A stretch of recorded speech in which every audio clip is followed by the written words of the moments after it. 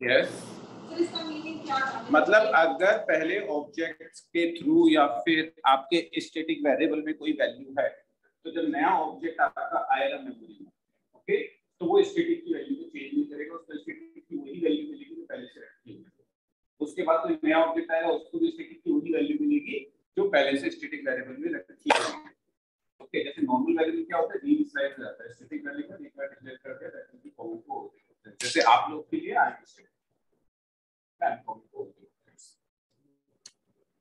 Remote दे देते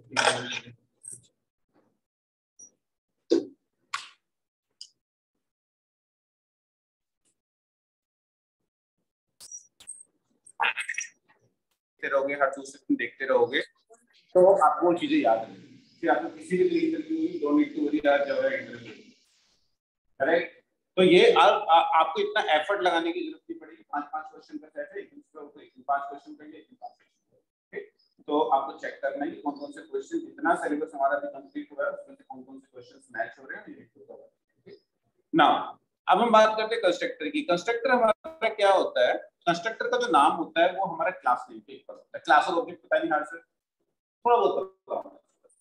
तो जब हम कंस्ट्रक्टर की बात करते हैं तो कंस्ट्रक्टर का जो काम होता है वो हमारा उसका जो नाम होता है वो क्लास नेम के सेम होता है। जैसे क्लास नेम होता है ऐसे ही कंस्ट्रक्टर का काम क्या होता है। कंस्ट्रक्टर का जो क्लास के वेरिएबल होते हैं उनको एक इनिशियल वैल्यू से इनिशियलाइज करते हैं। हम क्या बोलते हैं, कंस्ट्रक्टर, हमारा कंस्ट्रक्टर 3 या 4 तरीके का होता है। ओके, मतलब 6 तरीके का आपको मिल जाएगा नेट पे लिखा हुआ, अगर आप पढ़ोगे तो वो भी मैंने उसमें वीडियो में डिस्कस किया। लेकिन यूजुअली जो होता है आपका डिफॉल्ट कंस्ट्रक्टर होता है, पैरामीटर लेस कंस्ट्रक्टर होता है, पैरामीटराइज्ड कंस्ट्रक्टर होता है, कॉपी कंस्ट्रक्टर होता है।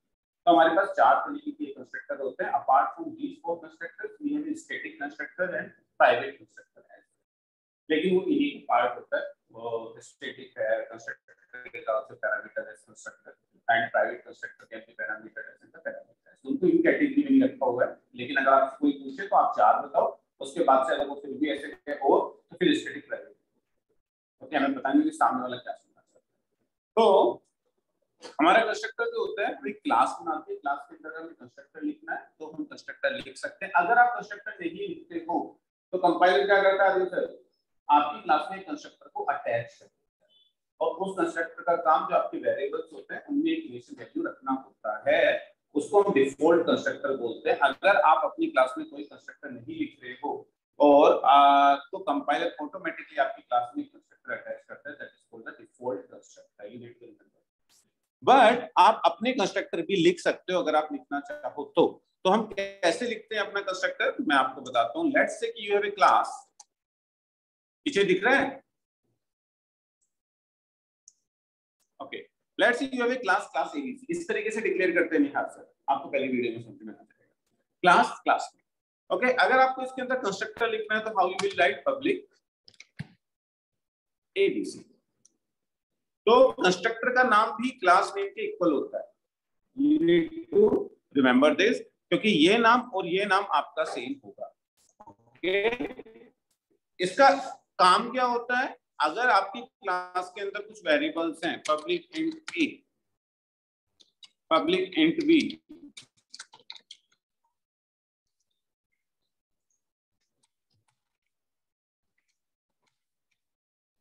Equal to 10, B equal to 20, तो ये वाला कब कॉल होगा आपका कंस्ट्रक्टर, जब आप इस क्लास का ऑब्जेक्ट बनाते हो तो ये ऑटोमेटिकली कॉल हो जाता है। तो अगर डेफिनेशन आपसे पूछे कि कंस्ट्रक्टर की डेफिनेशन बताओ, ओके, तो कंस्ट्रक्टर की जो प्रॉपर डेफिनेशन होती है वो ये होती है, constructor is a special member function. इसको क्यों बोलते हैं इसको, क्योंकि इसका जो नाम होता है वो क्लास नेम के सेम होता है। Constructor does not return any value even void, ये वॉइड भी रिटर्न नहीं करता। अगर नॉर्मल फंक्शन आपका होता है, करेक्ट निहार सर, अगर आपका नॉर्मल फंक्शन होता है वो कुछ रिटर्न नहीं कर रहा होता तो उसके अंदर हम वॉइड लिख देते हैं, लेकिन इसके अंदर वॉइड भी नहीं लिखते हैं। तो ये और कब कॉल होता है, जब आप क्लास का ऑब्जेक्ट बनाते हो तब ये ऑटोमेटिकली कॉल होता है। obj is equal to new abc, तो अब ये ऑटोमेटिकली कॉल होता है। ये वाली लाइन जब आप ऑब्जेक्ट बनाओगे तो ऑब्जेक्ट बनाने का सिंटैक्स ये होता है, class name object name equal to new class name. We have the same syntax जो हमारा C++ में था, अगर C++ आपकी है। ओके, तो अरे ऑनलाइन भी तो ज्वाइन करते थे, कल एक ज्वाइन किया था, तो हमारे पास क्या है कि ये कब कॉल होगा आपका, जब आपका इस क्लास का ऑब्जेक्ट बनाओगे। जब क्लास का ऑब्जेक्ट बनाओगे तो आपका कंस्ट्रक्टर कॉल होगा, कंस्ट्रक्टर कॉल होगा तो वो इस ऑब्जेक्ट के ए और बी में टेंट रखेगा। This is called the parameter less constructor because you are not passing any parameter to this constructor.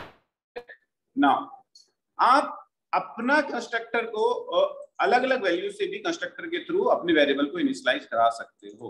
Okay कैसे कराएंगे, let me show you. Okay and x कि जब मैं ऑब्जेक्ट बनाऊं तब मैं इसको वैल्यू भी पास कर सकता हूं। मैं इसमें एक्स पास कर दूं, इसमें वाई पास कर दूं, और ऑब्जेक्ट बनाते हुए now I can pass the value. तो let's say I am creating obj1 and I can pass 40 50। तो इस केस में कौन सा कंस्ट्रक्टर कॉल होगा आपका, पैरामीटराइज्ड, क्योंकि हम पैरामीटर पास कर रहे हैं। तो this constructor is called the parameterized constructor. आपको ये भी पता लग गया नाम ऐसा क्यों है, parameterized, because we are passing some parameters, correct. So if you will create an object like this, then your parameterless constructor will get called. If you will create an object like this, then your parameterized constructor will get called. Okay, so ये आपको याद रखना है। And if you are creating more than one constructor in your class, that is called constructor overloading. Okay, तो इसको constructor overloading भी बोलते हैं। तो according to the parameters which you are passing, compiler क्या करता है, जो एप्रोप्रिएट कंस्ट्रक्टर होता है उसको कॉल कर देता है। ओके, तो ये आपका छोटा सा कंस्ट्रक्टर का काम होता है। एक तीसरा कंस्ट्रक्टर और होता है, that is called the copy constructor. तीसरी एक तो लिखते ही दो ये हो गए, एक चौथा कंस्ट्रक्टर, उसको आप कभी यूज नहीं करोगे, प्रोग्रामिंग में यूज नहीं करते उसको। आप क्वेश्चन उठता है क्यों नहीं करते, इतनी मेहनत करने से बेटर हमारे पास दूसरी चीजें अवेलेबल है जो हम आगे जाकर।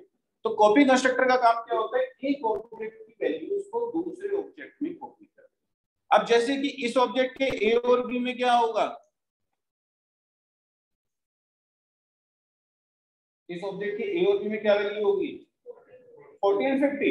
मैं चाहता हूं जो मैं नया ऑब्जेक्ट बनाऊं उसमें वो वैल्यू चली जाए जो ऑब्जेक्ट बन के ए और बी, वो कॉपी करके नहीं।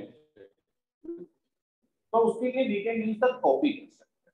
कॉपी कंस्ट्रक्टर लिखने के लिए हम क्या करते हैं, आप ऊपर से इंटीजर टाइप के पैरामीटर भेज रहे हो तो नीचे किस में रिसीव करते हो, इंटीजर में रिसीव करते हो। ऊपर आपसे लेट्स से कि मैं एक नया ऑब्जेक्ट बनाता हूं,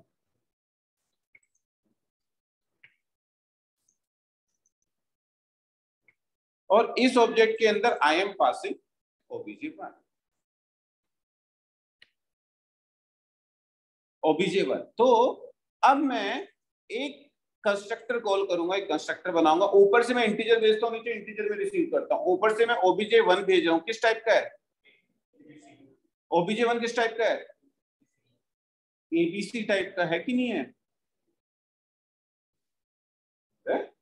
तो ओबी जैसे इंटीजर एक्स लिखते हैं, इंटीजर एक्स, तो एक्स किस टाइप का होता है, इंटीजर। तो obj1 किस टाइप का है, एबीसी टाइप का। तो नीचे आप किस में रिसीव करोगे, एक एबीसी टाइप में इसको रिसीव कर दोगे, control C. Okay, ABC ABC obj3।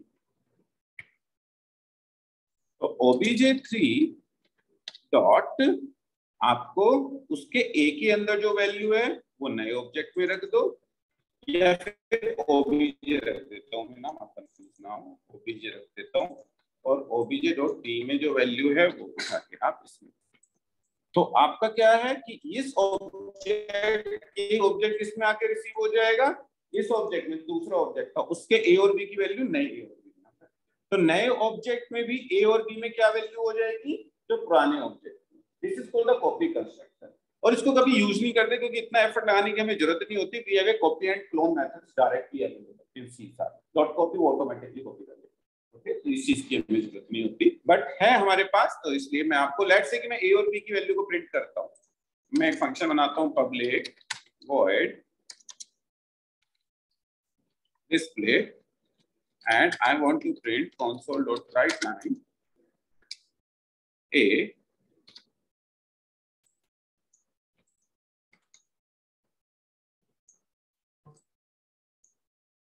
B,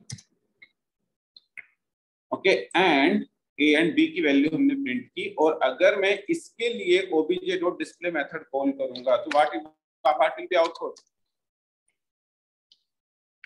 इसके ए और बी में क्या वैल्यू होगी? 40 50, जो पुराने वाले ऑब्जेक्ट में होगी, करेक्ट यहाँ से। तो लेट मी रन दिस, तो यू विल गेट 40 एंड 50। तो अगर आप ऊपर वाले के लिए ओबीजे 1 के लिए डिस्प्ले करोगे, अगेन यू विल गेट 40 50। अगर आप ओबीजे के लिए करोगे तो display method, then you will get 10 20, क्योंकि उस केस में आपका parameter less constructor call. Okay, तो this is how your constructor called by the compiler.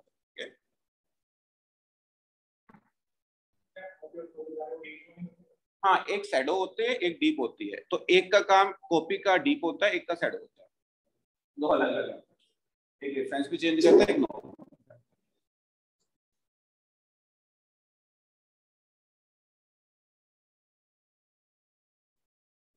Okay ना, 40 एंड 50, इसको मैं थोड़ा बड़ा कर दूं आप लोगों के लिए। Properties, font 36, right? तो 40 and 50 will be the output. अब हमारे पास एक चीज और होती है कंस्ट्रक्टर के अंदर, दैट इज कॉल्ड द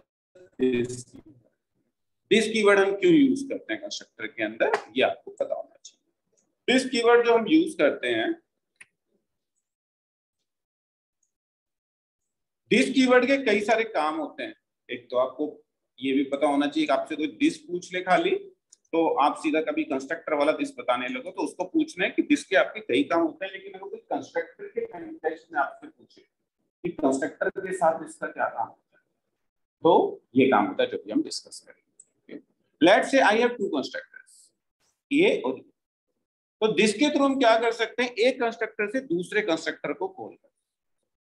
अगर आपको कभी एक ही क्लास के एक कंस्ट्रक्टर से दूसरे कंस्ट्रक्टर को कॉल करना है तो you can use this keyword in C.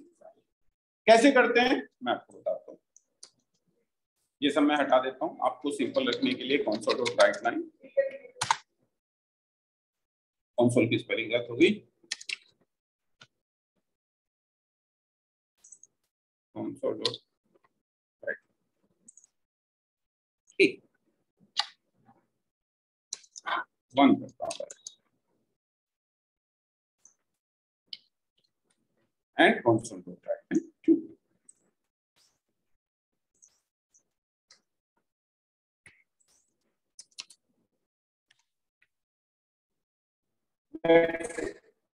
I have two constructors. In first constructor I am printing 1, in second constructor I am printing 2. Now अगर मैं ये ऑब्जेक्ट लाऊंगा तो कौन सा कंस्ट्रक्टर कॉल होगा? First one, correct, and it will print 1। अगर मैं ऐसे लिख दूं,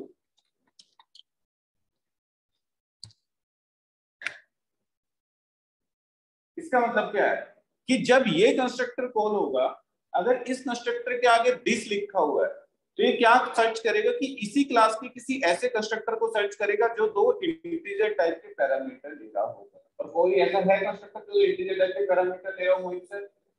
ये नीचे वाला ही है, करेक्ट। तो पहले ये इसको कॉल करेगा, फिर अपने आप को कॉल करेगा, तो output will be first 2 then 1। Okay, तो चेक करें 2 and 1। तो पहले वो दिस वाला जो कंस्ट्रक्टर है उसको कॉल करेगा, फिर अपने आप को। तो दिस कीवर्ड पे तुम एक कंस्ट्रक्टर से दूसरे कंस्ट्रक्टर को कॉल कर सकते हैं। लेट्स से कि अगर मैं दिस यहां लगाता हूं,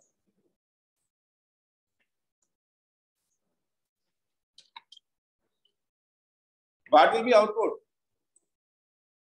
ऊपर से मैंने एबीसी क्लास का ऑब्जेक्ट बनाया हुआ है,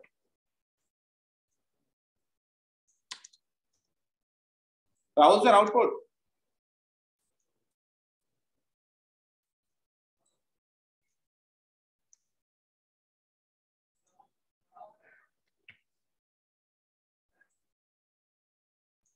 थोड़ा छोटा करना पड़ेगा यार, आपको पूरा प्रोग्राम दिखेगा नहीं, वरना 180 दिखेगा तो अभी भी नहीं, बट मैं आपको कोशिश करता हूँ। व्हाट विल बी,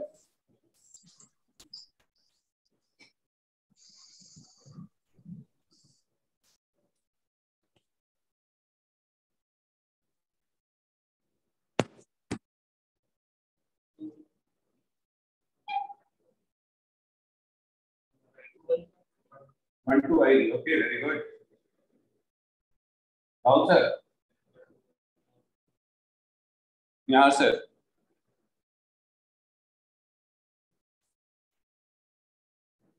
सोच रहे थे हम योगा करने आराम से।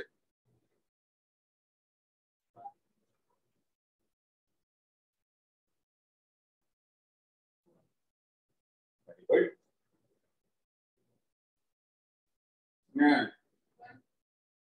ओके, जब ये कंस्ट्रक्टर कॉल होगा, जब ये ऑब्जेक्ट बनाएंगे तो कौन सा कंस्ट्रक्टर कॉल होगा?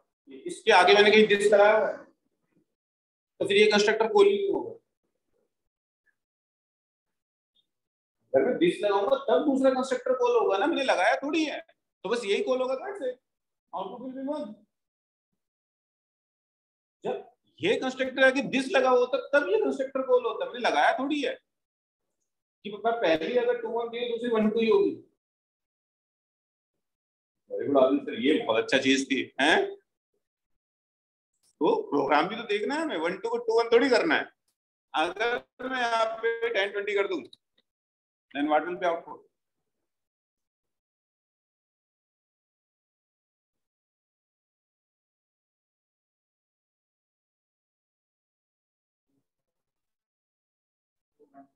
Two 1 2. Okay, Adil sir, output. Okay, Mohit sir, output. Same क्या?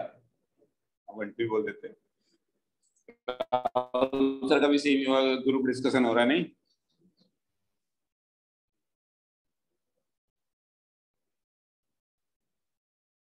ओके, आउटपुट वैल्यू आएगी। ओके, सो अगर आपका कंस्ट्रक्टर कॉल होगा तो इस तरीके से होगा। लेट्स से कि मैं इसमें एक वाला और ले लेता हूँ।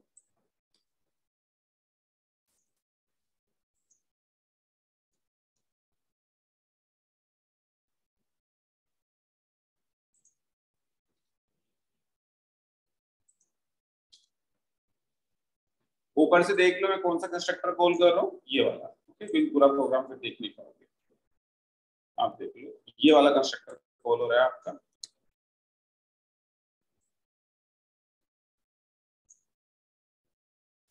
और ये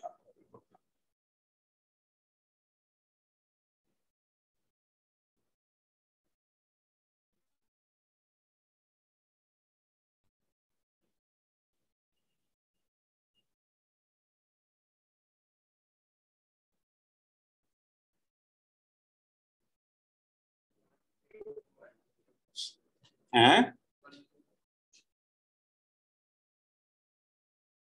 राहुल सर, यहाँ से 1 2 3 1 3 2 या 1 2 या 2 1 है यहाँ से। ऐसे बहुत क्वेश्चन मिलेंगे आपको, सबको अपना आंसर सही लगेगा।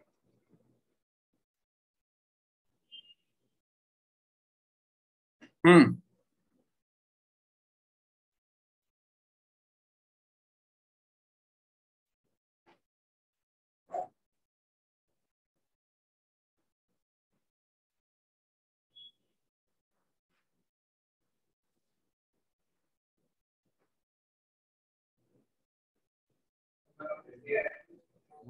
चेंज करके आपको इसने टाइम दिया था, मतलब ऐसा होगा होने में। ओके, मोहित सर, यहाँ से आउटपुट 1 2। आपने तो चेंज करना है कुछ 1 3 करके आपने majority. Rahul sir,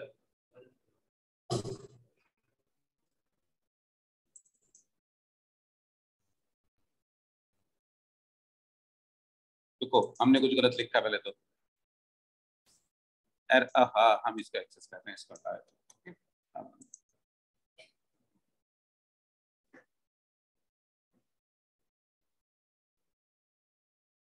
okay 1 3 and 2। इसमें पता नहीं क्यों इतना सोचने की जरूरत पड़ रही है। इसमें कौन सी रॉकेट साइंस थी? यहाँ कौन सा कंस्ट्रक्टर कॉल होगा? ये वाला कंस्ट्रक्टर को लगेगा, रुको रुको रुको मेरे से पहले ये वाला कंस्ट्रक्टर कॉल करो, जो एक पैरामीटर ले रहा हो इसके पास जाएगा, बोला रुको रुको रुको मेरे से पहले इसको कॉल करो, तो पहले वो इसको कॉल करेगा, फिर इसको कॉल करेगा, फिर इसको कॉल करेगा। कौन सी इतना सोचने की जरूरत थी? नहीं, वो इसके पास है, उसने देखा नहीं सर रुको मेरे से पहले ये वाला काम कर लो, वो गया अच्छा रुको रुको रुको मैं तो हो ही जाएगा, सबसे पहले इसको कॉल करो, दिस लगा हुआ है, दिस कौन सा लगा हुआ है ये वाला, तो इसको कॉल करेगा, फिर इसको कॉल करेगा, फिर उसी ऑर्डर में जिस ऑर्डर में उसने कॉल किया तो वापस आते हुए कॉल करके आपका निकल जाएगा।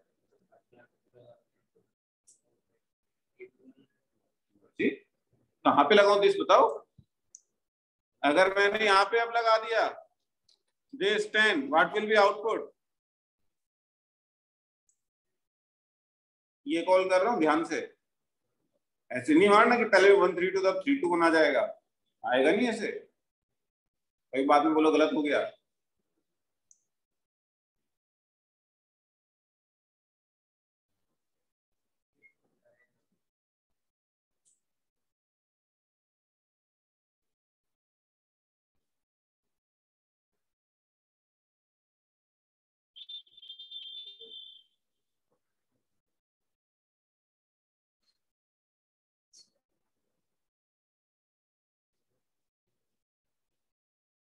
सोने में आपको भी एनिमल्स पसंद है क्या?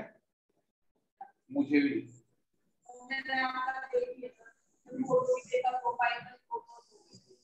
मेरा तो उसमें था।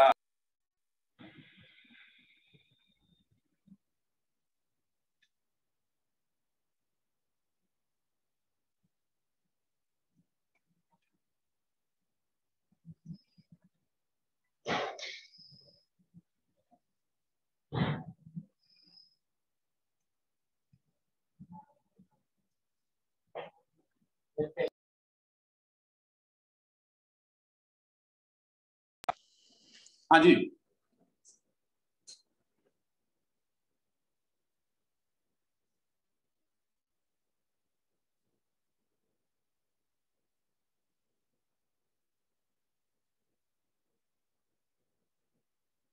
अरे बता दो, ऐसा ना करो यार, इतना बड़ा प्रोग्राम भी नहीं है इसमें। हाँ हाँ, निहार जरूर कॉन्फिडेंस आ गया होगा ना, सब मेरे लेवल की प्रोजेक्ट ये उसमें आता है ना 2 क्लास की प्रोजेक्ट में आगे कर दूंगा सब सीखी तो है।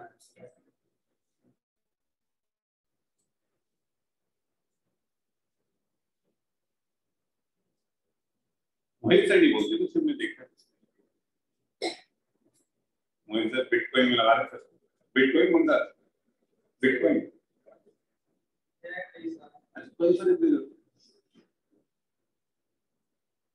जो बिटकॉइन उसका था शायद तो 2-3 लाख रुपए का मेरे पास था, 50,000 जैसे 8 लाख पहुंचे ना मैंने देखी है, हाँ वो 34 लाख ब्याज बोल दिया।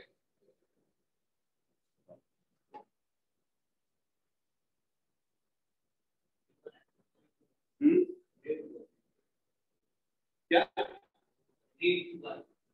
अच्छा आउटपुट बता रहे हो, अभी भी 3 to 1 बता रहे हो, इतना तो समझाने की बात नहीं। अच्छा ओके, आलू सर मान ही रहे आप भी मैंने, तो वही आप सुन क्यों रहे हो दूसरी बात, जो आप अपना आ रहे हो बताओ। ओके सर आई नहीं रहा है यहाँ सर, क्या 1 भी आएगा 3 to 1, okay let me run this.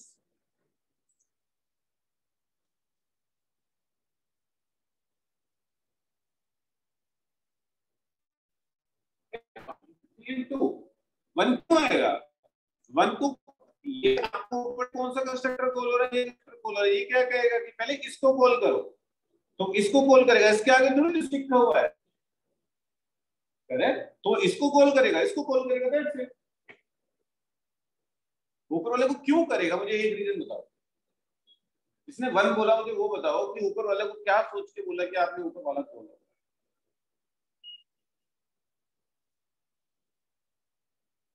ऐसा क्या दिख रहा है जो हमें नहीं दिख रहा? नहीं, यहां से ऐसा क्या दिखा जो हमें नहीं दिख रहा? तो दिख रहा लेकिन बताएंगे नहीं हम। तो सीधी सी बात है, ये कंस्ट्रक्टर कॉल होगा, इसके बाद में दिस कीवर्ड है, दिस। हम क्या कह रहे हैं कि इससे पहले ऐसा कंस्ट्रक्टर कॉल करो जो एक पैरामीटर ले रहा हुआ इसके पास आएगा, वो इस कंस्ट्रक्टर को कॉल करेगा, फिर इस कंस्ट्रक्टर को कॉल करेगा। ऊपर वाले के पास जाने के लिए हमने छोड़ा ही नहीं मौका। अभी थोड़े जिसमें दिस लग गया कॉल होगा ही होगा, माना भी तो चाहिए। करेक्ट। Last question.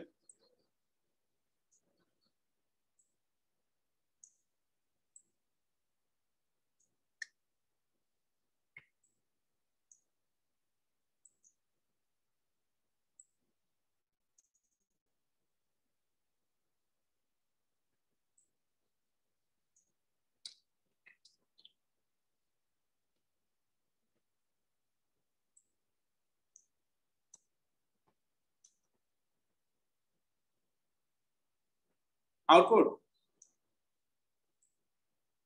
ऊपर से पैरामीटर लेस कंस्ट्रक्टर कॉल हो रहा है, मतलब ये वाला पहले। ओके, अब मैं आपको नीचे दिखाता हूँ।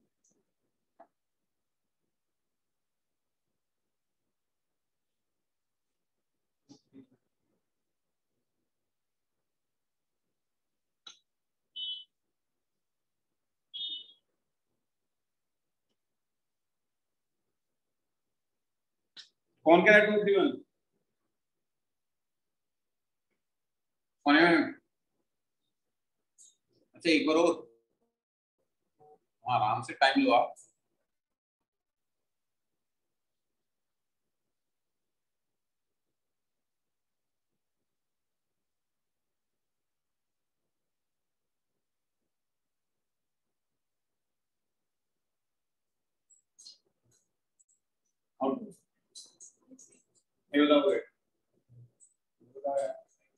क्या इधर राहुल सर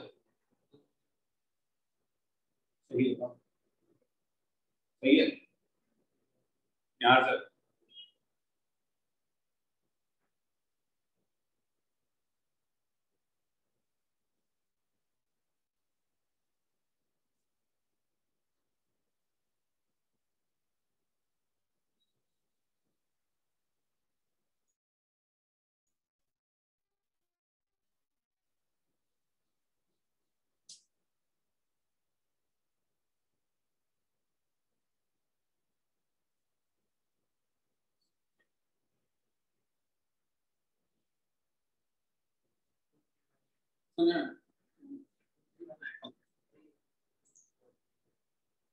देख लो अभी किसी को चेंज करना हो। ओके 2 3 एंड 1 यही सोच रहे थे, इस बार सब यही सोच रहे होंगे, है ना? ओके तो this is how this keyword works in case of constructor. वो भी क्लियर है आप लोग को, तो भूलना मत, इसको इंटरव्यू में पूछा जाएगा। अब जैसे हमारे कंस्ट्रक्टर होते हैं, इस तरीके से हमारे पास एक स्टैटिक कंस्ट्रक्टर भी होता है। नॉर्मल कंस्ट्रक्टर का काम क्या होता है? क्लास के वेरिएबल को एक वैल्यू से इनिशियलाइज करना। तो अगर आपकी क्लास में कभी स्टैटिक वेरिएबल्स हैं, और निहाल सर आपके लिए एक स्टैटिक वाली यूट्यूब पे क्लास है, मैं आपको लिंक शेयर कर दूंगा, अगर आप मुझे पिंग करोगे तो आप उसको कवर कर सकते हो। Let's say you have a static keyword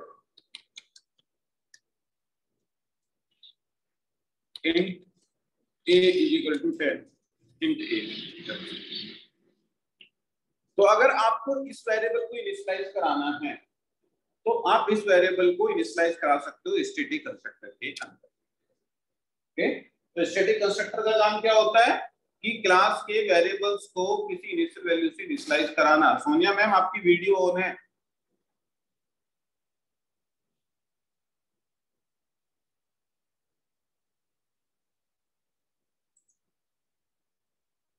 class के जो आप नहीं एड्रेस,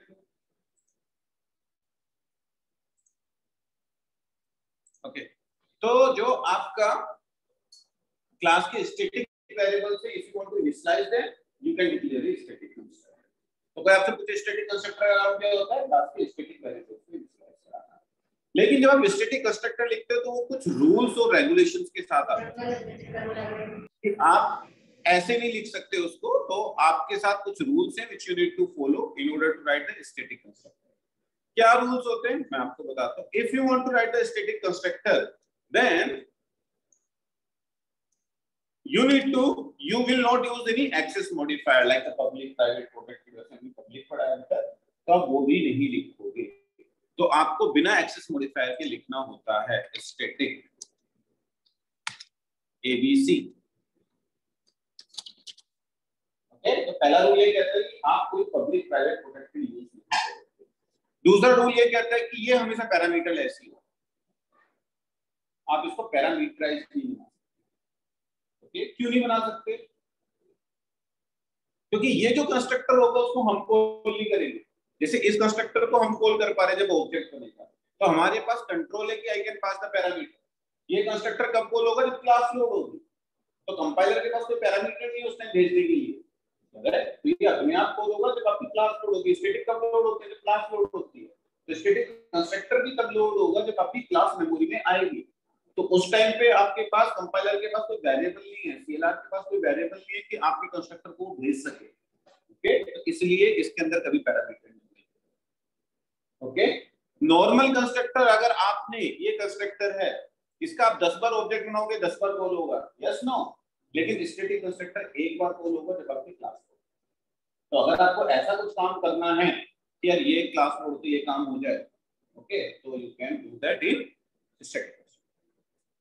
ओके, तो ये कुछ रूल्स हैं स्टैटिक कंस्ट्रक्टर के। शायद अगर आपसे कोई पूछे तो आपको ये चीज बताना है, स्टैटिक कंस्ट्रक्टर में कभी पैरामीटर पास नहीं करता है, मॉडिफाइड नहीं होता है। और क्यों नहीं होता? क्योंकि ये कंस्ट्रक्टर कौन कॉल करता है? कंपाइलर कॉल करता है, ये सीएलआर कॉल करता है। सीएलआर में आगे पढ़ेंगे क्या होता है, कॉमन लैंग्वेज रनटाइम, कंपाइलर की समझ करने के लिए। तो कंपाइलर जब इसको कॉल करेगा तो उसके पास कोई पैरामीटर नहीं होंगे भेजने के लिए, तो इसलिए ये हमेशा पैरामीटर। इस कंस्ट्रक्टर को हम कॉल करते हैं, हम कहने का मतलब जो क्लास का ऑब्जेक्ट बनता है, इस कंस्ट्रक्टर को कंपाइलर कॉल करता है, तो उसके पास कोई पैरामीटर नहीं है, that's why we can not pass any parameter to the static. Okay, एक कंस्ट्रक्टर बचता है आपका, that is called the private constructor, जिसको हम आगे जाके देखेंगे क्या होता है। तो इतनी चीज आपको क्लियर? कोई कंस्ट्रक्टर पूछे आपसे तो कुछ की पॉइंट्स लिख के रख लेना। सेम नेम होता है आपका क्लास का नाम, आप कितने टाइप के कंस्ट्रक्टर होते हैं, स्टैटिक कंस्ट्रक्टर के क्या रूल्स होते हैं, 4-5 बुलेट पॉइंट बना के लिख के रख लेना। कभी इंटरव्यू में जाओ देख लो, ज्यादा कुछ देखने की जरूरत है नहीं। तो अगर कोई क्वेश्चन पूछे तो दिस कीवर्ड के ऊपर पूछ सकता है। ओके, तो ये इंपॉर्टेंट है। अब what is method overloading? Method overloading से पहले भी व्हाट इज पॉलीमॉर्फिज्म? दोबारा स्टार्ट कर ली, 10 मिनट की क्लास बची है।